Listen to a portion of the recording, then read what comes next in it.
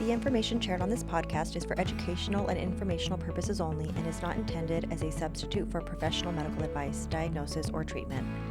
Always seek the advice of your physician or qualified healthcare provider with any questions you may have regarding a medical condition. Never disregard professional medical advice or delay seeking care because of something you heard on this podcast. The views and opinions expressed by guests or hosts are their own and do not necessarily reflect the official policy or position of any affiliated organizations. Reliance on any information provided by this podcast is solely at your own risk.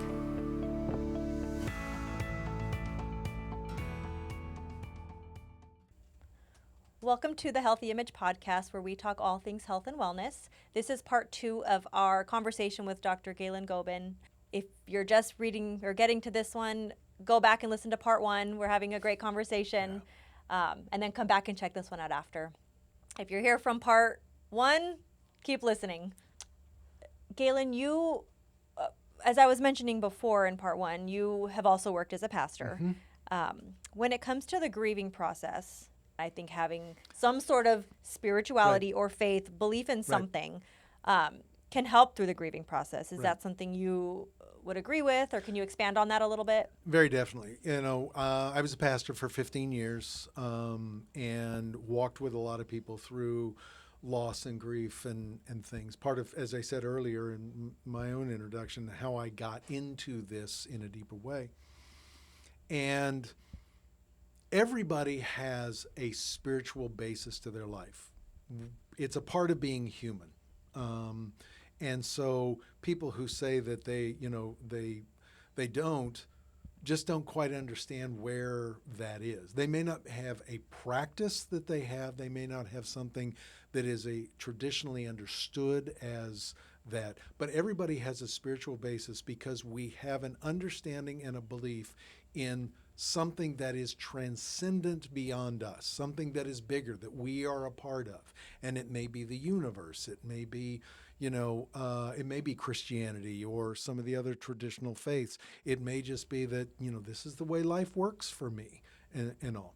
That is a spiritual standpoint because that's a part of what it means to be human. That being said, most people, in America have some kind of traditional faith stance, Christianity, Judaism, that Judeo-Christian heritage that we have, but even Buddhism, Islam. If somebody's a Wiccan, that's in earth, kind of earth understanding and nature sort of thing.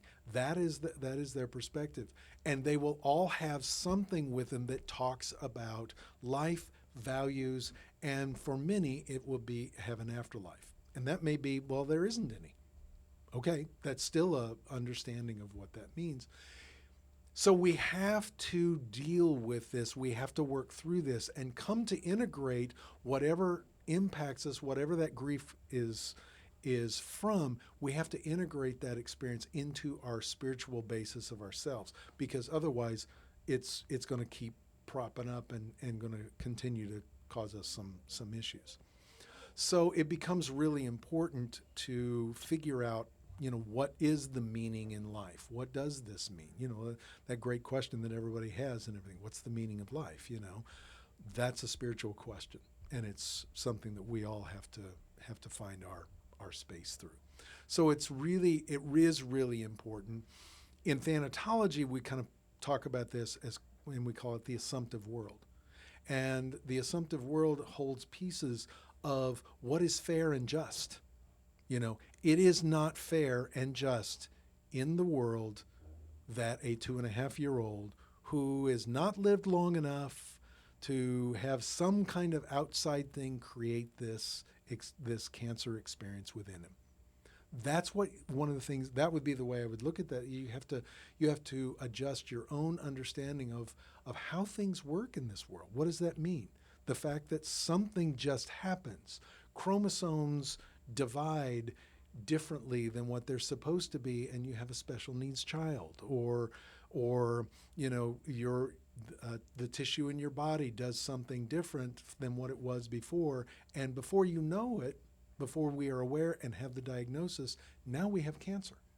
Something divides differently, and those cancer cells begin to grow within us, and now we have cancer, and we have to deal with it. When we discover that, now we're going to have to start working on that within our assumptive world. What's fair? What's just? Why do things happen to me? I thought I was a good person. I used to hear this all the time and everything. I'm a good person. Why is God doing this to me? Particularly from a theistic standpoint. Christianity, Judaism, Islam. Why is God doing this? And we have to figure out how to understand that. Well, it's God's plan for my life. I don't know.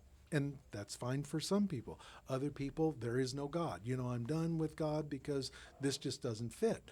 And those are adjustments that we make. And everything in between, everything in between. It's, again, that personal kind of thing. It has to be done in some way. But again, everybody does it in their own manner and understanding things.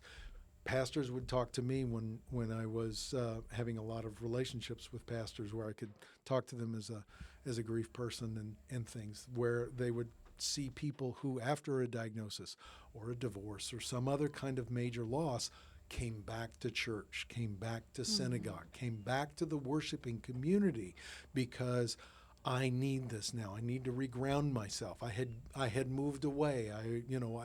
I had sinned, if that was a part of their language or whatever, and now I'm coming back so that I can understand this better, so that I can have the community around me. I need community. There's a lot of things that go into that, but that whole spiritual thing is an absolute must that we have figure out as human beings in one way or another. Yeah.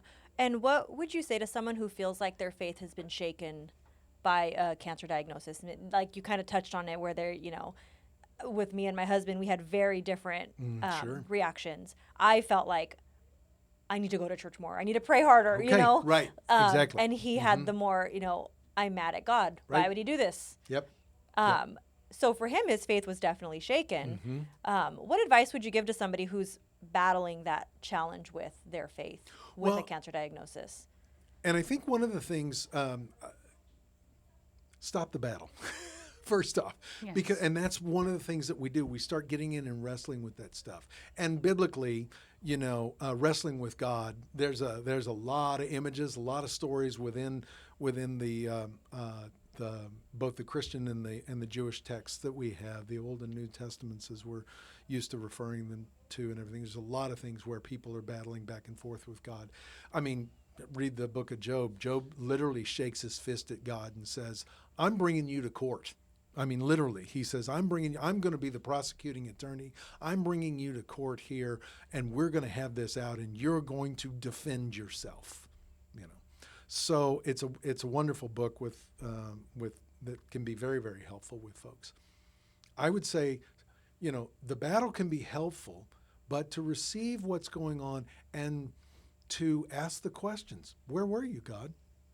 Again, biblically, the Psalms, there are about 50 Psalms out of 150 that are called laments.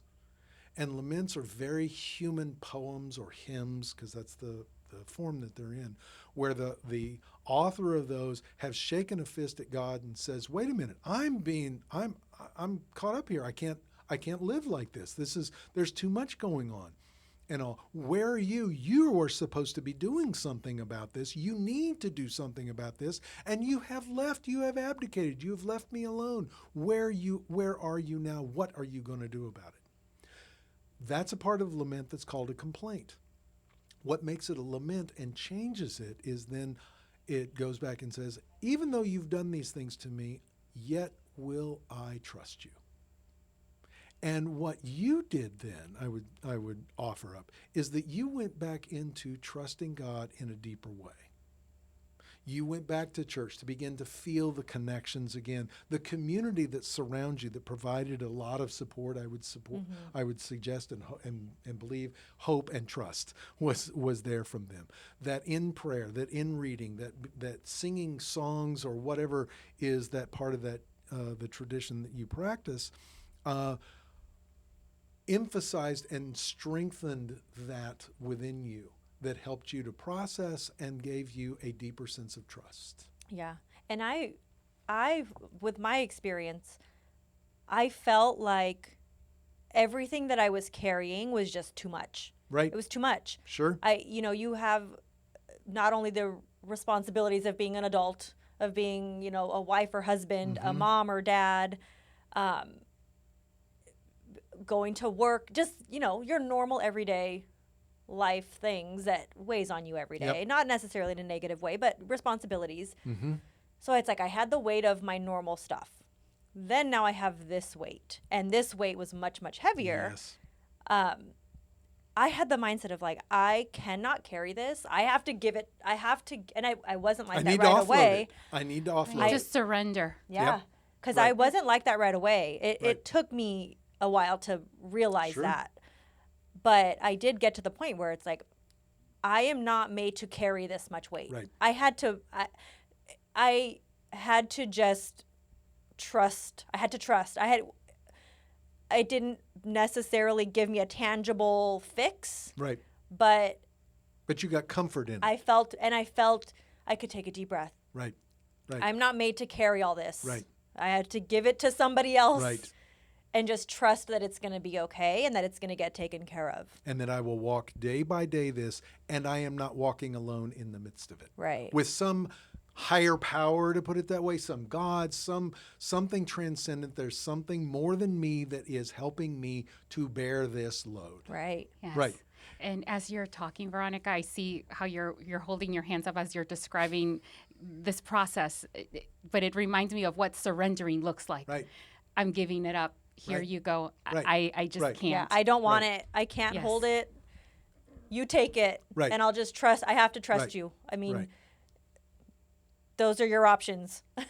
Exactly. And that is your faith. Exactly. Yeah. Exactly. Yeah. Now others may say, well, you've not been there for me, and so I don't trust you Right. anymore. Yep. And I release that, and that then they have to find some other way of understanding and processing and living in this world, and understanding how and why things happen or whatever. And one of the things that we are not very good at in the Western world is understanding that suffering is a part of living. We didn't sign up for suffering, but we didn't sign up for life either. And to not have life means there is no suffering, but it also means there's no love and connections either. Mm-hmm. And so, that's that part of that sense of surrender that you're talking about. I'm going to let go of this. I'm going to let go of this. I'm going to walk this journey. And for some people, it includes, a theocentric position, or a Christocentric position where there is something else. And for others, it's not, maybe it is in the story, maybe it's in my community, it's in my faith, it's in my bowling league, it's in my book club. That's where I find support and strength for these kinds of things, because we have to have something and some kind of connection outside of ourselves. That's the way we're made. Human beings, that's the way we're created, to be in relationship, which sets us up, by the way, for grief. Because any kind of relationship that we have with whatever, our hair, another person, a home that we live in, my health, my self-identity, when we lose that relationship as we understand it, now we have grief. Yeah. And grief is the process, by the way. I'll say this.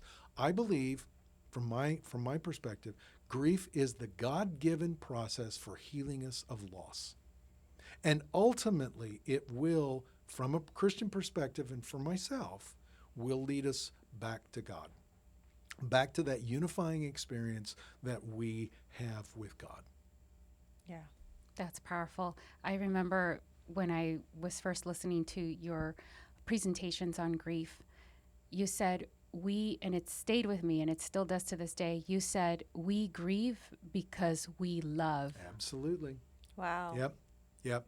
Yeah, and I used this phrase earlier in a different way and everything, but the equation for grief of any kind of way that we have is love plus loss equals grief.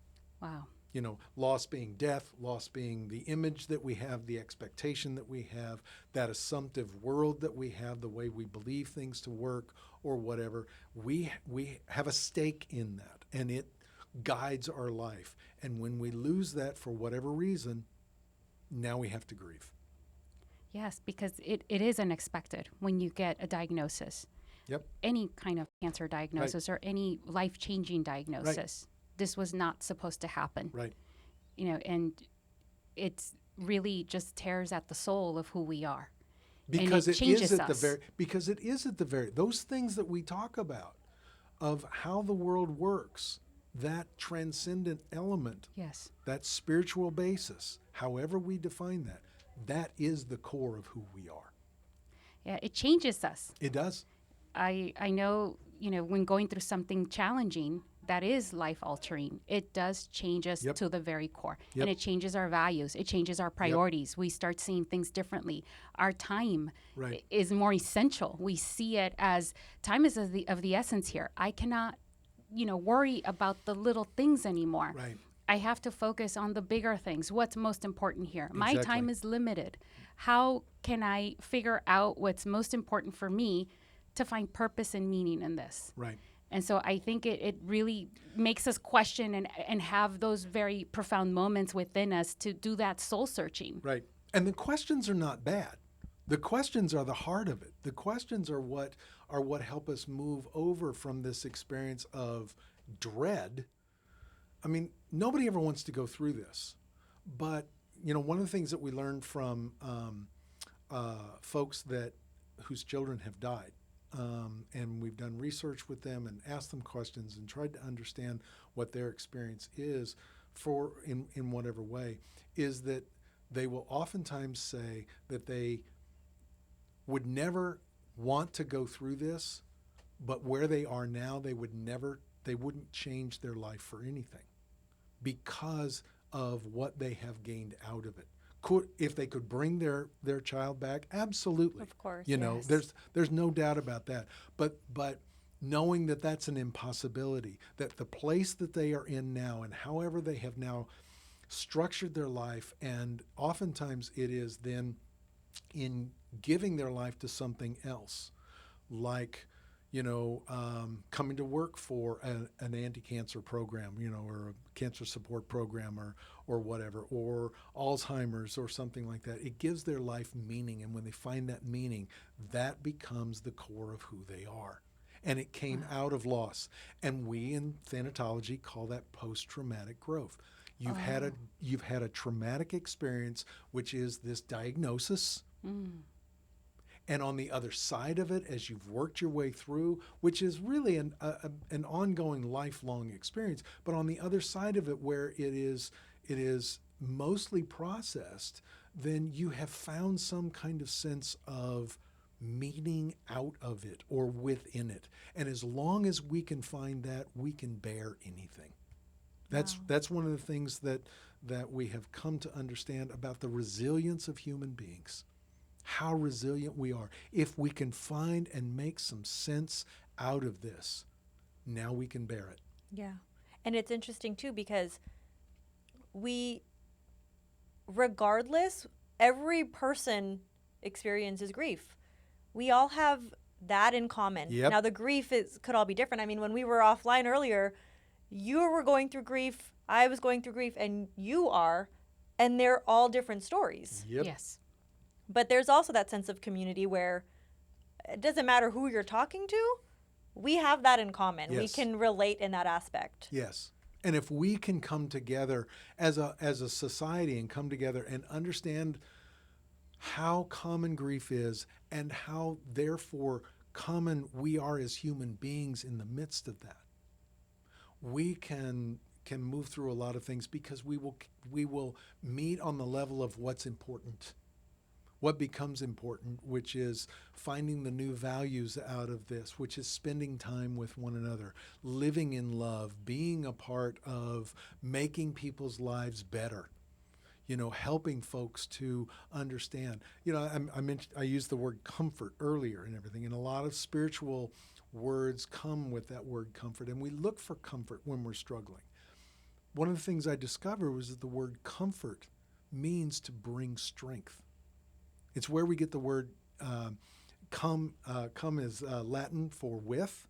Fort, it comes from fortis, which is trust, faith, fidelity. Those all come from that same word, as well as the word fortress. Wow. Comfort means somebody comes to comfort you. They come to bring you strength. Wow. Wow. That's what we need when we're going through this, which is why, we may be struggling with it. We may feel very alone. It may be something where, the grief of a woman who's had breast cancer has a mastectomy, and it changes her understanding of herself and everything. Where if you're feeling stuck, if it doesn't feel like you're moving forward in processing this and everything, and it's different for everybody. Find somebody that can help with that comfort, and sometimes that's a professional therapist who will help talk through that. That's a good segue here to my next question. Sure. How does somebody know when it is time to find professional help? Yeah. It's different for everybody. I would say sooner rather than later. And it is that sense of being stuck, that I would say it would be things like this. If you're still continued to be, your grief has continued to be activated quite easily, okay? And it's been many, many years. Maybe you want to look at that. Maybe there's something. May not be. I don't know. But a good grief therapist can talk through that and ask the questions. They're not going to fix you. They're not going to give you the answers. What a therapist does is tease the answers out of you and help you to understand and see and hear them for yourself. Okay. If you're feeling stuck, if it doesn't feel like you're moving forward with this, Rachel Naomi Remen has a wonderful way of putting it. If you can remember with love and less so with tears. That becomes kind of a gauge, because I can't tell you, go see a therapist, because I don't know what you're feeling. Some people are feeling, it's just not going anywhere. I'm feeling still the same sense of loneliness and the same sense of emptiness and the same sense of loss out of that. I'm not, it doesn't feel like has a different quality to it. Look somebody up. Yeah. Talk to them. Ask them the questions and let them ask the questions back to you, so that you can find what is that peace. One of the things I talk about with grief is that grief is really natural to us. Okay? It does come from love. How do you fall in love? Can anybody explain that? You find somebody, whether it's like this and you've got them in your arms, or there's a connection, there's something deeper that just kind of draws a wholeness with you, between you and that other person. Grief is the same way. You can't define it. You can't say, do this, and this, and it will fix it. It's not a fixable thing. It is something you process and walk your way through. Okay.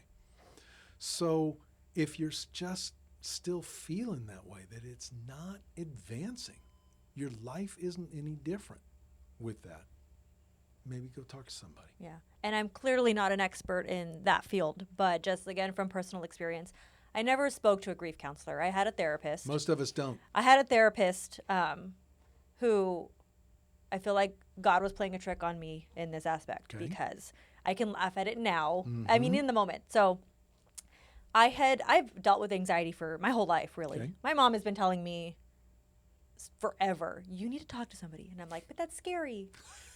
I know. Weird. I don't want to talk to somebody. That's right, would you get that from me? Yeah. I just was like, no. And I don't know what it was, but a couple years ago, I had my breaking point wasn't even a bad breaking point, but I was sitting on the couch and I'm like, I'm going to email my doctor right now. And I emailed my doctor, got an appointment with a therapist, and I just started bawling with her. I don't even know why. I don't know what I was crying about, but I am a crier, so I cry. And, we were just talking, and she gave me some things to deal with my anxiety. And then towards the end, she was like, I think you've got the tools to move forward. Then I felt a lump in my breast. And I remember messaging her, like, I need to talk to you tomorrow. Like, I'm spiraling here. So I got an appointment with my doctor right away, you know, all the things. And so I'm talking to her through it, and I'm like, I feel like my life up to this point has been a perfect, ideal life. You know, my parents are still married. I am in my 30s and have all my grandparents still. I've never known anyone who's had cancer except for my grandpa, but I don't remember, and he's okay now. You know, I'm like, everything has been great. I'm in a loving marriage. I have 2 kids who are perfect. You know, I'm just like, this perfect, ideal life. And I'm like, I feel like this is like, I've been waiting for the ball to drop. And this, I probably have breast cancer. This is my ball. My ball's dropping. And, you know, it's like, and she gave, again, she told me, right now you are okay. Right now you don't have breast cancer until somebody tells you. Right. So right now, don't go there. You know, she's walking me through it, and I'm like, okay. Be where your feet are. Right. But I kept saying, like, the ball's dropping. I think my whole life I've been waiting for the ball to drop, which is why I had such bad anxiety, because I'm like, is today going to be the day? You know, like, everything's been going so great. And which, looking back, it hadn't. But in my mind, I was just, you know, life has been fine. And so we got through that, did not have breast cancer. And I want to say it was like 3 or 4 weeks later, Jonah got sick. That was the ball that dropped. Yep. And I'm like, for so long, my mom has been telling me, talk to somebody, talk to somebody, talk to somebody. And there wasn't this big aha moment, but I finally had this like, okay, I'm going to email my doctor. And so I remember texting her, like, the ball dropped. Like, now I really need you. But it's like, I almost feel like God put her in my life because he knew what was coming. He knew the ball that was going to drop. And it was bigger than I could have ever imagined. But again, like I was telling you offline, it has made me so go with the flow. So I'm like, we're getting through it. Right. We can get through anything. Yep. But I'm like, God put this person in my life because he knew I was going to need it. And boy, did I need her. Yep. But her tools helped me in the beginning before I even reached out to her. Right. You know, it was like, okay, how do what did she tell me again, you know, before I would spiral and to help me pull out of these funks. But I would say, again, I'm not an expert, but if you're feeling like you're stuck, like you were mentioning, where you're not progressing, you don't feel like you're getting better. But I would even say, like, if to put like a mark on it, if you're not feeling joy anymore, if you cannot find that happiness, reach out to somebody. Sure. Because if you're not feeling any happiness or joy, that is what helped me, allowing myself to feel joy. Right. And if you're not feeling that anymore, I think it's time to go talk to somebody to help you feel that again. Yeah. Yes. Yeah, that's really good. And you know, I read the other day, I haven't just a little piece, and I haven't found it yet, but I read where somebody said that in the brain, anxiety and gratitude reside in the same place. And if you're feeling anxiety all the time and everything, that's why there's this movement about, you know, gratitude things. You write down, you know, what you're grateful for each day. And I think that was part of what you had there. You know, look at my life. I mean, look at all these things and stuff. But there was a sense of something not quite jiving just yet and all. So these are practices, though, that can help us manage our own experience of grief.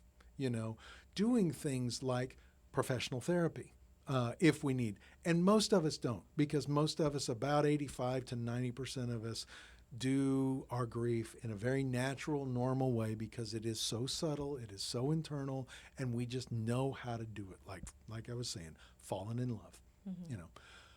But for some of us, we need a little bit of assistance.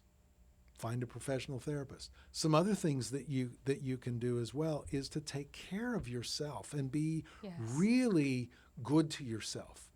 You know, if you've received a cancer diagnosis or you're caregiving in such a intimate way as you are with, you know, your youngest son Jonah, we do not recognize how much energy it takes to grieve and how much energy it takes to be under treatment. I mean, your entire focus becomes that, as it should be. Okay. And so understand just how much stress you're still under and how much work you're still under and how much it is requiring of you. So you can do some really simple things. It sounds almost, almost kind of dumb, but get enough sleep. I mean, first and foremost, our physical bodies is where we experience grief. It's the first place that we engage with the world. We oftentimes think of ourselves as something other than our bodies, that we will go on or something else. But our bodies and our mind and our spirit there's a unity among them. But our bodies are the first place that we experience the world. So take care of it. Feed yourself well. Oh, absolutely. It's hard to think about how well I should eat when all your energy is going to making sure that somebody else is being okay or something, or that everybody else around me, even though I'm the one with the diagnosis, I want to make sure that my parents, my husband, or whoever it may be, and everything, that they're all okay already, still and stuff, and we deny ourselves almost and what we're going through. Let yourself move forward. It is really actually a place of humility, not a place of ego. I strongly believe that too. I think it's so important to take care of ourselves. And I will say this, as women, we tend to take care of everybody else except for ourselves. Right. Even whether it's a cancer diagnosis or any other diagnosis that someone in our family has, put aside diagnosis. Right. We are just the caretakers that we, take it upon ourselves to fill in those shoes. Yep. And so we're taking care of everyone, making sure the food is covered. We make the meals. We take care of the laundry. We go to work. We take care of our kids. We take care of our spouses. We take care of everyone, our parents, everyone. Right. But then there's the time when I need to take care of me. Right. I have to refill this well. Right. How do I do that? Right. And then on top of that, working through caregiving for someone who has a diagnosis. That's going, like you said, it requires even more. So you're stacking that on top. Right. And so really that requires more of ourselves. So I think, so that we don't experience burnout, because that can certainly happen. Absolutely. How do we refill that well? Right. And I do agree with you. Yeah. I think, making sure that we are taking care of ourselves, we are moving, we are properly going through, making sure that we're properly feeding ourselves proper nutrition, fueled and rested, exactly. And all that of that. We also don't forget about those connections outside of the people we're taking care of, those social connections with other individuals too, so that maybe we can feel a sense of normalcy. Right. Because sometimes, for me, when I'm going through something very stressful, I look to, where's my sense of normalcy here? Okay, can I go and, meet with my girlfriends? Can I go and, get some me time? And what does that me time look like? Go to the gym, making sure I'm meal prepping correctly, making sure that I, am going to church, because I go to church and I feel so good every time I go and I leave church. Making sure that I'm still having, coming to work and having that sense of normalcy, because that's part of my routine. Right. And that helps me feel good too. Right. So I think those are very, very important points. And all of those things, I would just line right up and say that is just a wonderful, almost list of how to manage and how to take care of it for yourself. And all that would be, listen up to that, folks. And don't feel guilty No, about taking care of yourself. No. You have to be first in this when you have that diagnosis and everything. And when you're the caregiver for someone, you need to place yourself in all humility to do that for yourself, because we are limited creatures. Yes. And that includes the amount of energy we have, the amount of time we have, the amount of focus that we have, and the abilities to do things. So reach out for help. And doctor's orders. He's telling you. Yes, absolutely. Take care of yourself. Go get your nails done. Go get a facial. Absolutely. Doctor's orders. Yep. Self-care is critical. It really is. I think that for me, anytime when I put that time in for me, the self-care. Right. Because now I you feel have more something, energized. and you have something to give to somebody else Yes. or to yourself. If the vessel is empty, it will ultimately run dry. Yes, Yeah. and I heard somewhere before we prioritize recharging our phones. We prioritize recharging Very good. our devices. That's but right. when do we prioritize recharging ourselves? Wow, When beautiful. does that happen? Mm-hmm. Because we are important, That's right. That's and we right. should be important to ourselves too. That's right. So Yeah. I think these are profound, I love that. statements. Yeah. So thank you. Sure. Galen, you've shared so much during our podcast show today, and it's been amazing. I want to ask you a final question. What final message or encouragement would you offer someone who has just received a diagnosis or someone they love who has received a diagnosis? Yeah, that to be with it. I mean, it's really, really hard, but to receive what comes in, and it's going to be shattering. It's going to be life changing. That's what happens, and that don't look at it as something you are going to fight against in the sense of just barreling down the tracks with this. Receive it, and then look for all the supports around you. Take care of yourself. Get good information. Go to good, have your good doctors. Listen to what they say. But find the support around you that you're going to need to bring that comfort, to bring that strength to you, because it's going to be, it is life-changing. You're no different than anybody else. And sometimes we want to try to do that. I'm going to keep things as normal as possible. And that creates oftentimes more stress and more suffering in your life when you do that. The way to receive to work with suffering is to, as you were talking earlier, surrender to it in the standpoint of don't fight against it, fight with it. The Buddhists have an understanding of they call it the way of water, and that water will settle. If water gets all mixed up and everything like in a pond and stuff, and all of the stuff will settle down when it comes to a still place. All of the sediment and stuff that's all swirled up that makes it very hard to see and to know what to do, because the doctor's asking you this and you need to figure out this and how am I going to get off work, or all of these different things. Being still for a while, letting that stuff settle, will allow you then to see clearly. The water will clear. You will find it. You are resilient. Believe and trust in yourself to walk that journey and to understand that you're not alone. Wow. Thank you so much, Galen. That was very insightful. And again, so from somebody who's currently dealing with grief, although, we all are, I think that was very helpful, and hopefully our listeners can use this to help them. So You're welcome. thanks for tuning into the Healthy Image podcast, where we talk all things health and wellness. Feel free to like and subscribe or share with a friend who might find this helpful. And as always, stay curious, stay engaged, and stay healthy. Bye. Bye.